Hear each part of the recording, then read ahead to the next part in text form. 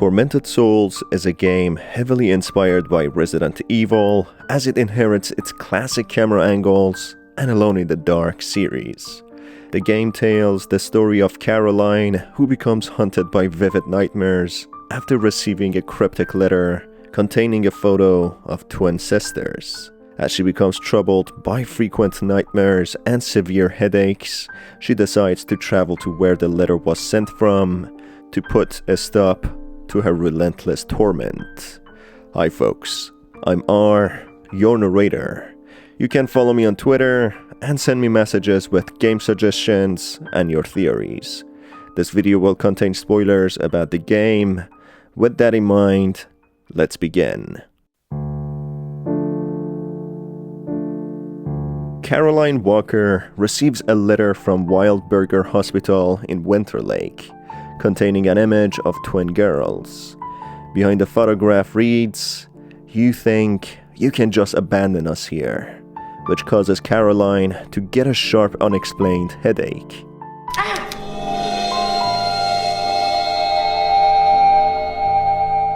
Since then, Caroline becomes haunted by severe nightmares and frequent headaches, which causes her to decide to travel to the hospital and find answers. As Caroline enters the building, carefully peeking at the apparently abandoned and dilapidated mansion-like hospital, she suddenly gets struck by an unseen force and passes out.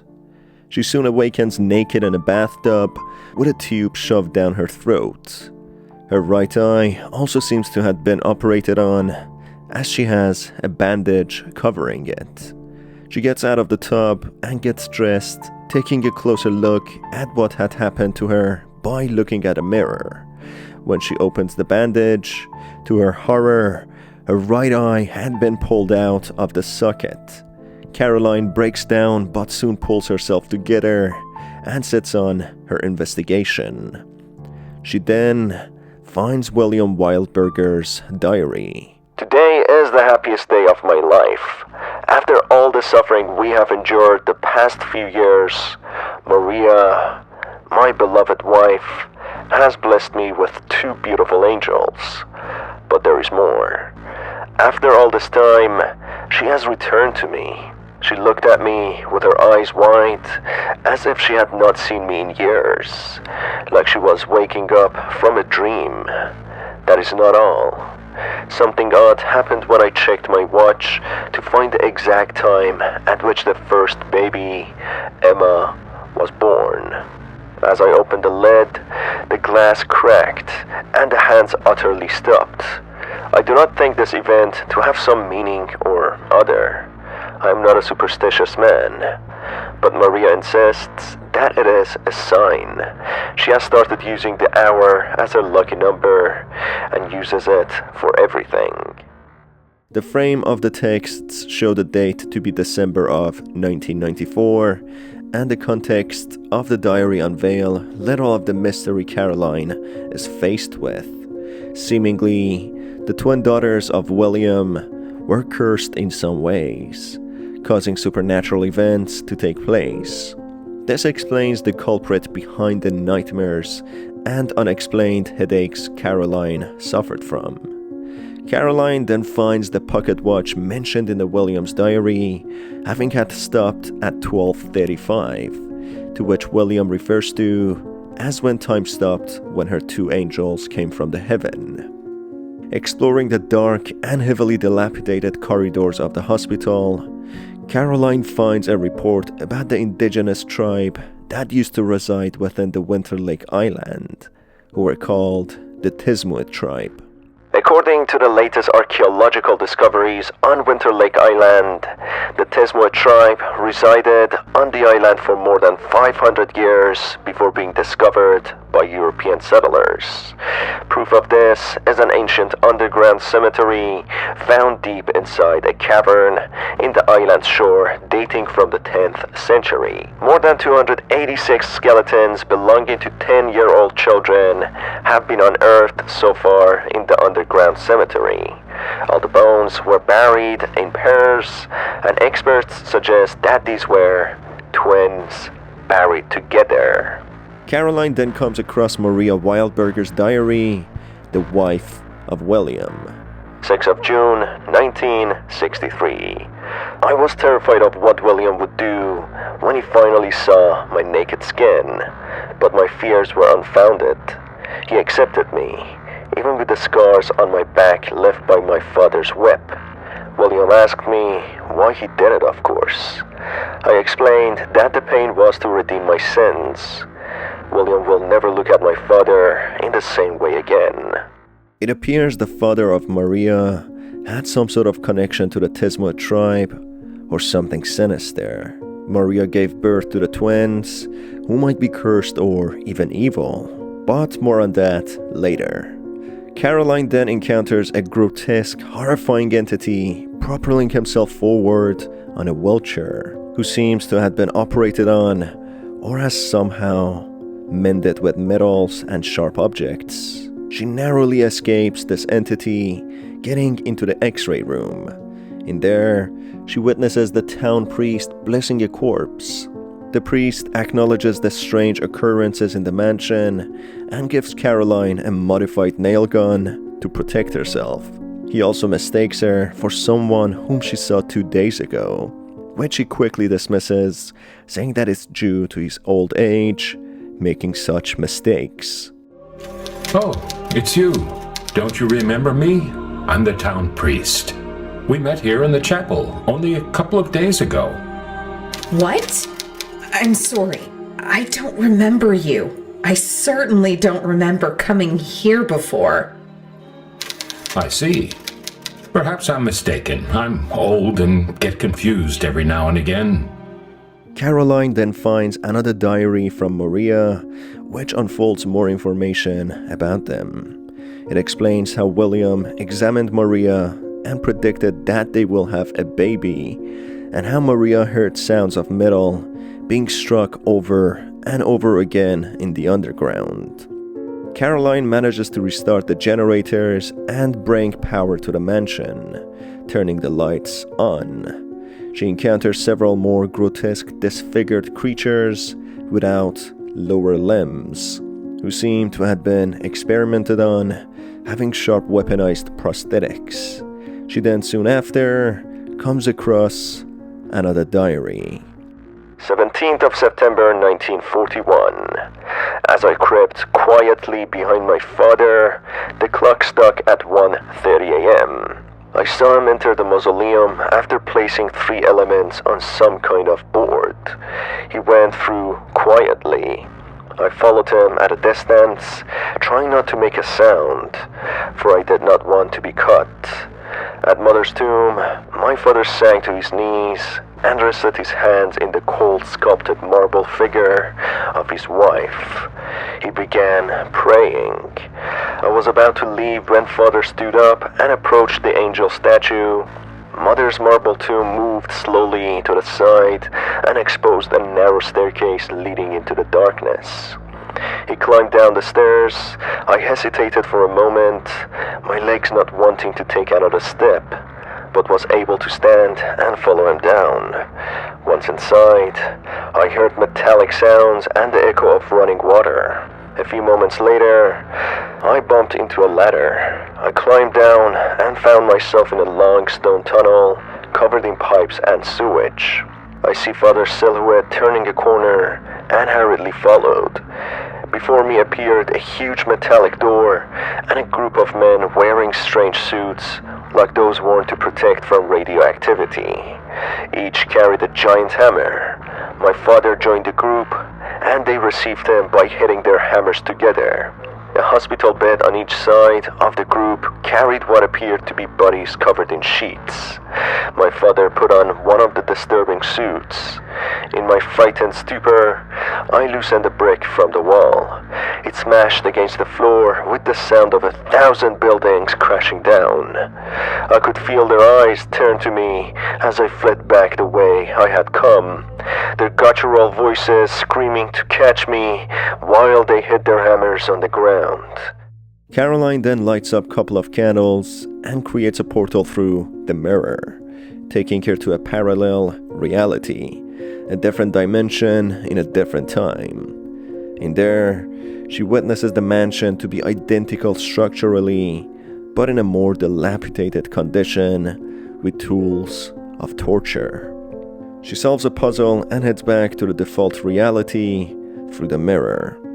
Another diary from Maria, written in September 1971, reads to how surreal her childbirth was. I was sitting in a hill under a big leafy tree. Small, shapeless figures were moving side to side over my white dress. I could hear a weak voice traveling with the wind. I didn't understand what it was saying. I did not pay much attention to it.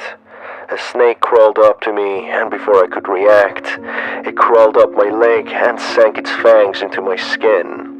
I felt the poison burning its way through me. I winced in pain and let the snake fall away, lost in the grass. The pain got stronger and stronger. The weak voices that were only whispers in the wind became clearer. The pain worsened, and the sun, which was bright and warm before, became cold, surrounded by a stainless metal halo. The words turned into people who surrounded me. One was holding my hand. Push, Maria, push! Caroline then soon finds another diary titled As a Child's Diary, written in 1980. It's written by one of the twin sisters about a day when their grandfather Noah, presumably the father of Maria, alongside several leather-suited men, grabbed them and took them to the underground, where they strapped them to metallic cross-shaped beds. The grandfather mentions a mysterious line that they are finally ready to fulfill their destiny.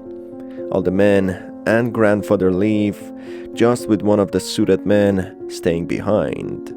As this man prepares to conduct a procedure on them with a plastic tube, Maria rushes in and hits the man with a metallic rod.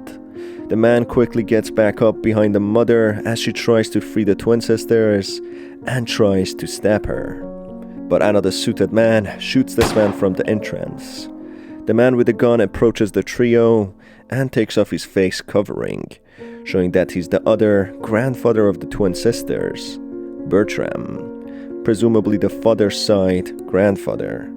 He instructs the mother to escape the mansion and that there would be a fishing boat waiting for them at the town port. This hints out that Noah, the grandfather, possibly intended to conduct a ritual on the sisters, as if they had some special powers, but the other grandfather wanted to rescue them. Another diary by Maria, written in April 1967, explains how she lost a child due to miscarriage, presumably the first child she was pregnant with. A newspaper article from 1980 mentions that the twin sisters were reported missing by the staff of the hospital, and Maria was found in a medically induced coma when the police tried to interrogate her. The doctors working on her claimed that her coma was due to an unknown illness she suffered from. A painting of the twin sisters being young is seen with red writing on it saying, "The ones that will awaken the devil are ready for their operation." Caroline then encounters the priest once more in the dining room, having a soup, in an unlikely situation. He directs Caroline to the operating room to stop the presumable imminent surgery due to be conducted on the twin. Traveling further up the mansion, Caroline witnesses a surreal scene with the priest standing by. Father, what's going on here? Why is that weird man walking around the operating table with that weird chandelier in his hands? What are you talking about, child? I don't see anything. You don't see the man on the other side of the glass? My child, this place is giving you hallucinations. You must rest. The priest denies seeing the leather-suited man and informs Caroline about a ritual the tribe people used to do hundreds of years ago. Another diary written by William mentions the events that followed after the disappearance of his daughters. He mentions how he found police surrounding his mansion after his return from a trip, and how his wife was tied to a hospital bed, as she had become aggressive and having had physically and visibly changed. having had burnt skin from radiation, which was falling apart, her eyes not showing pupils, and only febrile screams coming from her mouth. Reading another report about the Tismut tribe, it becomes clear what the grandfather wanted to do with the twins. They believed that the twins had a special power, allowing them to raise the dead, at least for the night. They performed similar rituals to what was seen earlier of a suited man circling around a corpse with a torch, when the twins would be sacrificed. Another diary found by William, written in 1971, mentions about the day he found out about Maria's miscarriage.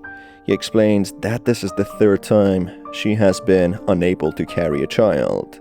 He further explains that Maria's condition had gotten worse and that she no longer recognizes him. She becomes agitated very easily and breaks anything in her path. A couple of days later, she starts whipping herself with blood smearing all around her. William tries to stop her, but she fights back and screams from the bottom of her lungs. Arriving in the experiment room, Caroline discovers the sinister experiments William had conducted. He replicated Maria's disease and injected it into a dying man, who he falsely declared dead. He planned to use this man as a test subject to find a cure for Maria's disease. He further continues that he continued to experiment a lot more, for 5 years to find the cure with only a little progress. Caroline then finds a VHS tape labeled The Experiment Room, dated 1980, and plays it in the projection room. This strangely lets her teleport through the screen to the time when the experiment was conducted. In one of the dungeon cells, Caroline finds one of the twin sisters, Anna, who is locked up. This took place when William was away on a business trip before the wife became so badly ill with this strange disease. Caroline pours some acid on the lock and goes back to her time through the portal. She soon finds a diary from Anna in the cell that explains her interaction in 1980, which indicates that she managed to get out after the acid destroyed the padlock. Father, what happened to you? You're in shock. We need to take care of your injury before you bleed out. Caroline then encounters the priest again, having been injured. She travels to another dimension through a mirror portal and fixes a mannequin's arm, which magically treats the priest's arm as well. Yes, you're right. I don't know how I'll be able to thank you for taking care of my arm, my child.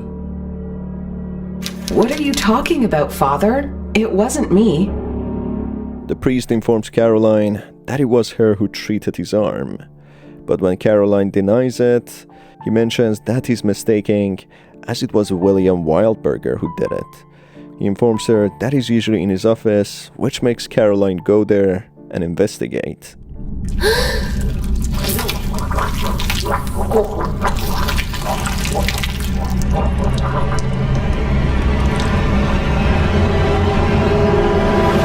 Caroline then reaches the penthouse where she comes across a horrifying scene of a deformed entity eating the face of a restrained person who is actually still alive. She escapes this entity and goes to William's office. She finds the recently deceased body of William sitting on his chair with a seemingly final diary. 17th of December, 1994. I returned to the restroom where I left the subject and found she had escaped. How could I be so reckless? I have no more test subjects, and since everyone has relocated to the new hospital, acquiring new subjects is complicated. I will not wait any longer. I cannot stand by seeing her in that state because of me and my ego. I will proceed to administer Maria with the antidote. In another diary from Anna, she mentions the events that unfolded after they planned to escape the mansion.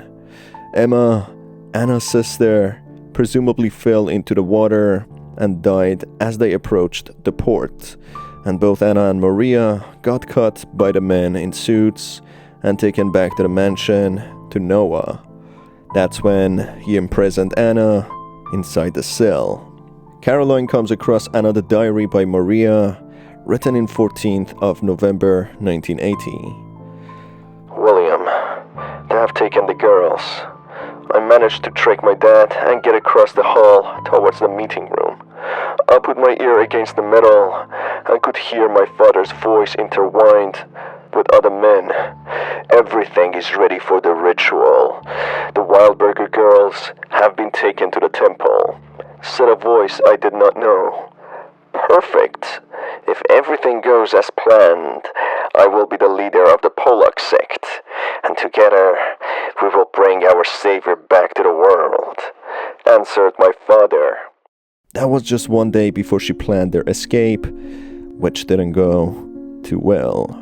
Caroline then finds Bertram's diary, written on 15th of March 1927. I have finally found my purpose in life. The truth came to me through this book and from the hand of the Creator. Right now, I stand inside the sacred temple of a presence of His waiting to be reborn. I can clearly see my destiny. I will dedicate my life to the rebirth of the Pollux Sect. Together, we will bring back our Savior, so he may return light to this wicked world. This shows that Bertram was a follower of the Pollux sect as well, but he might have had a change of heart later on when he tried to save Maria and his granddaughters. In another report of the Tismut tribe, it explains that they worship the god from beneath, who they sacrificed twin brothers for, in order for the god to bring duality back to the world. And the Pollux sect, having the grandfathers involved, were followers of this god, and they wanted to sacrifice Anna and Emma to bring back this god. In another diary from Bertram, more information is unveiled about the mysterious illness that befell Maria. The hazard suits have begun filtering the radiation of the egg. Every time, more and more members of the Pollux sect are being contaminated by this strange sickness. First, they become dizzy and vomit. After that, burns appear on their skin, and their behavior becomes violent. They lose the ability to recognize others. The members who are hospitalized are being treated in a hidden room. We tied them down to the beds, but something unexpected started happening. The patients merged with the metals around them and the medical equipment. I have never seen anything like this before. This phenomenon is related to the radiation of the egg. It's turning them into monstrous beings. Is all of this some kind of test? Are we meant to overcome this to be saved? After climbing down to the sewers, Caroline finds a diary of Anna written in 1991. Anna managed to hide in the sewer since Caroline traveled back in time and helped her. She tried to run away one last time, but it was to no avail. Hence why she thought her best chance of survival would be to stay in shadows in the sewers, just barely surviving. Another diary written in 6th of January 1994 by Anna unveils yet more details about her fate. Grandfather now came to my prison with a revolver in his hand. I turned to him, but he stepped back. He said, "You are alive." Surprised that I am alive after all these years. I was stunned. It was really him, the man who imprisoned me and left me all these years.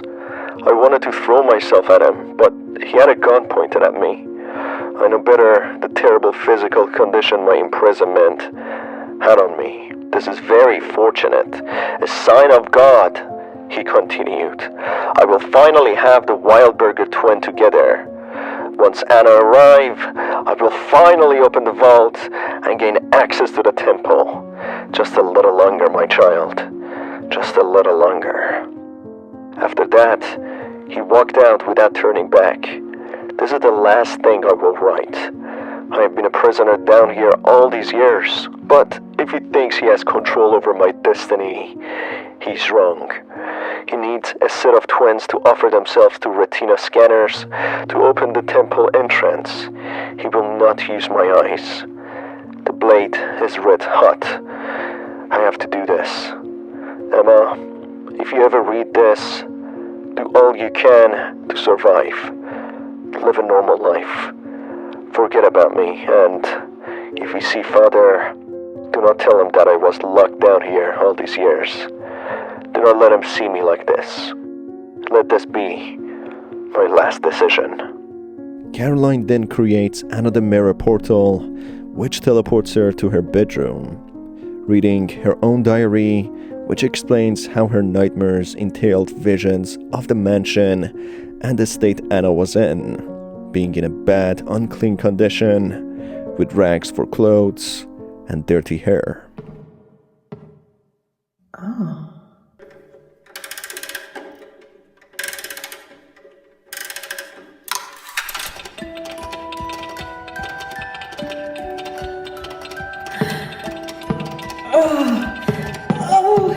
My head!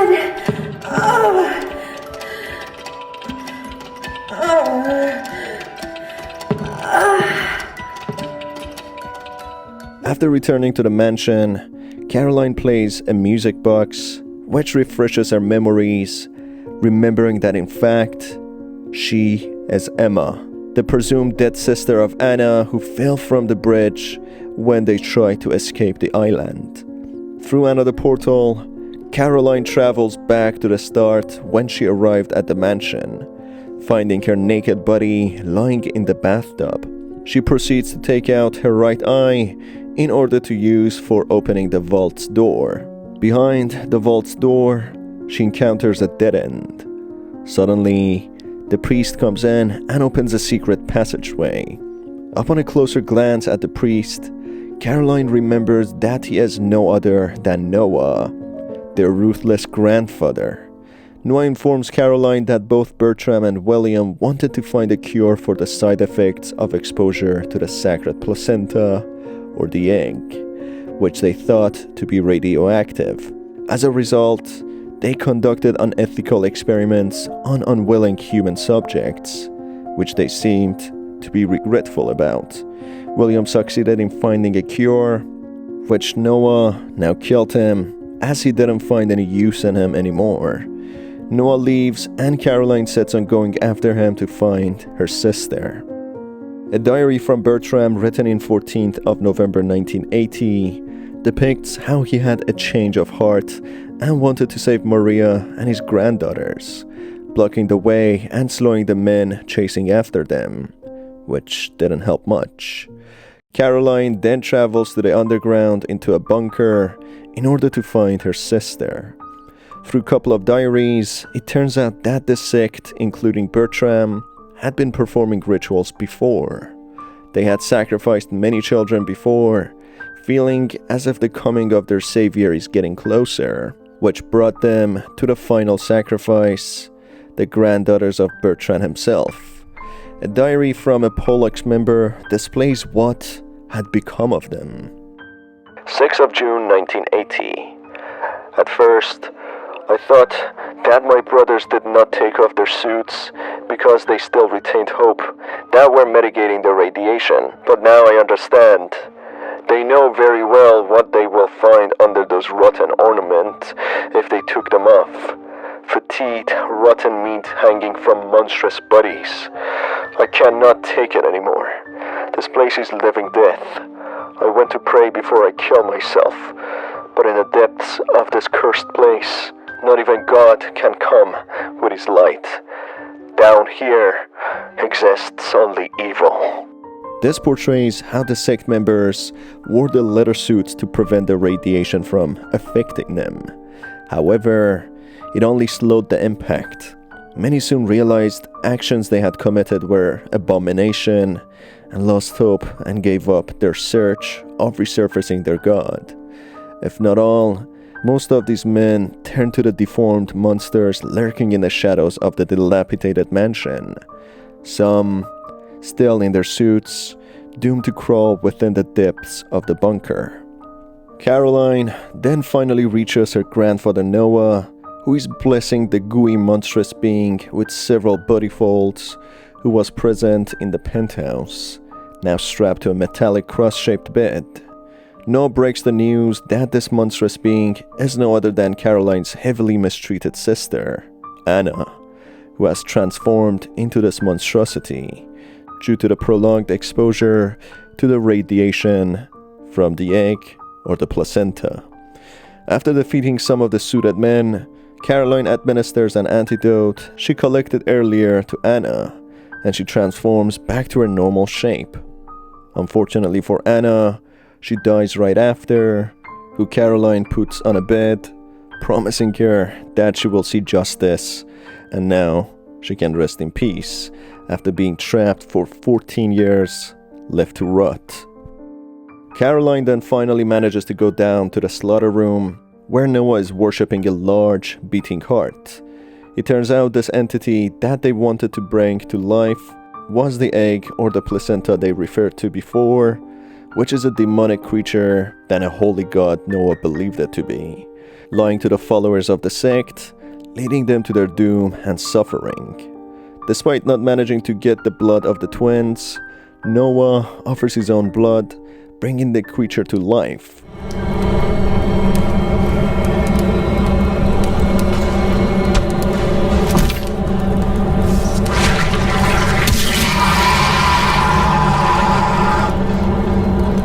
Caroline, however, manages to destroy this entity and teleports to the experiment room to retrieve her sister, Anna.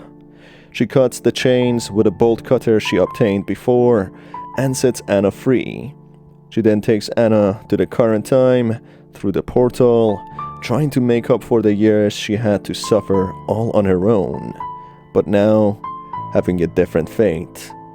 Anna and Caroline leave the mansion together, with a better future awaiting both of them.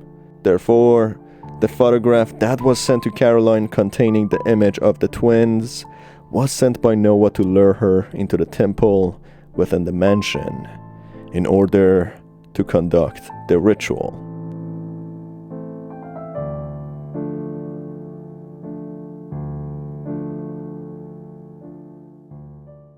That's about it for today's video, folks. I might make some more videos about Tormented Souls if you enjoyed this one. You can stay tuned by hitting the subscribe button and the notification bell not to miss out on the latest content. And if you have any good suggestions for games, send me a message on Twitter and share your theories. If you're also into horror-themed clothing, you can check out my store.